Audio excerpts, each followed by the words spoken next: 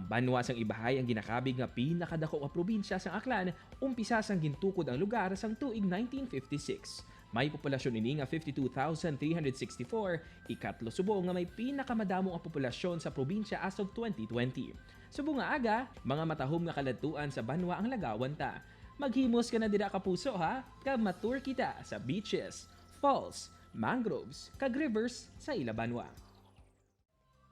Mga kapuso, kung last week nag-tour kita sa upcycled farm sa Pototan, Iloilo, subong nga aga sa hilotaan ay sa medyo malayo-layo nga lugar. Pero syempre, worth it gid kadtuan ang Banwa sang Ibahay Aklan. With us, among ila tourism officer nga si Lynn Ilinon. Ari na siya mga kapuso. Maayong aga, Ma'am Lynn. Excited na kami nga maglagaw dira. Welcome sa GMA Regional TV Early Edition. Maayong aga mga kapuso kag sa tanan nga mga televiewers. Maayong aga halin sa Ibahay. We're glad nga ma-share sa mga kapuso ta this morning ang mga pwede nila kadtuan sa Banwa sang Ibahay sa Aklan. Kamusta so far subong ang pagbangon sang turismo? So far we are doing good. Although nga aminado ta nga local tourists ang gid-anay ang amon nga ginabaton kay nagarelay lang man anay kita sa health protocols nga ginapatuman with regard sa aton nga ginapangatubang man nga pandemic. So kung sa amon nga mga tourist attractions, damo gid kamuya makadtuan sa Ibahay. Ara gid na una-una ang amon nga katunggan Ibahay Mangrove Eco Park, which we just relaunched, reopened. Ginkompleto gid namon anay ang pag-loop sang amon nga footbridge habang may pandemya para in time nga mag-open ang tourism. Ready na kami kag mas relaxed ang paglakat nyo sa amon nga Eco Park.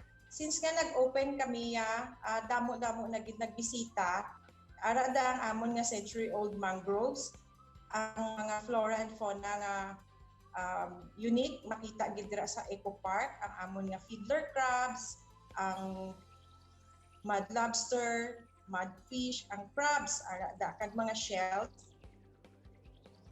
Siyempre, ang next kaladtuan gid sa mga gusto mag-swimming and mag-relax subong nga summer.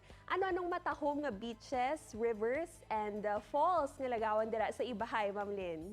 Ang amon niya nga Ibahay Beach, stretching along the 10 coastal barangays. Amon man nga pristine Ibahay River, lapit lang man dira.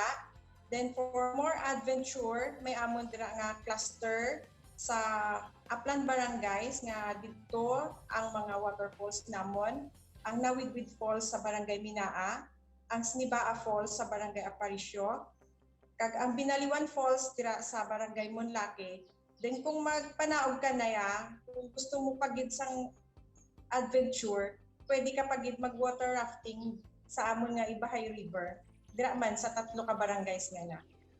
Sa mga gusto man nga mag-hiking or camping, open man ang amon nga Mount Balinsayaw sa Barangay Mabusaw.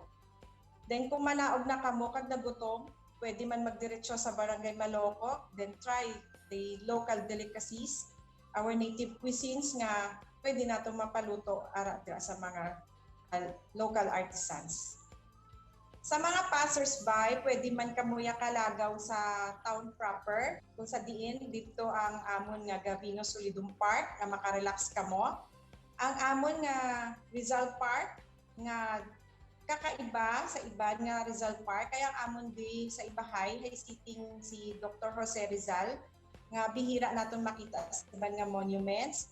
Then we have here the newly improved Ibay Hanon Park, or previously known as Ibahay Children's Park. And lapit lang dira ang amon nga kumbento nga pwede nyo pabisitahan ang image ng Senior Santo Niño, pero mas ginakangay gid namon kamuya nga magbisita. Kung tani makabalik na ta sa dati, every 4th week of January, very open kami, very generous, very hospitable nga magbaton sa inyo para mag-experience ang amon nga Ibahay Ati-Ati celebration. Ma'am Lynn, it's good to know nga padayon ta ginapahanumdum sa publiko nga COVID-19 is still around us. Dapat may paghalong gid nga upod ang aton pag-enjoy. Invite na mga kapuso ta nga nagpadulong sa inyo Banwa kag ano pang pwede dira lagawan.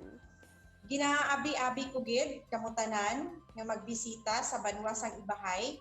Kag experience ninyo ang mga adventure kag damo pa nga exciting tourist attractions. Nagahulat lang gid kami sa amon nga mga bisita kay kami di very hospitable nga pagabatunon gid namon kamo. Salamat sa patour, Ma'am Lynn Ilinon. Mabisita kami dira soon. Thank you gid. Thank you gid ma'am sa opportunity. Duga nga impormasyon kag good vibes sa pagbalik sang GMA Regional TV Early Edition. Ini ang GMA Regional TV Early Edition.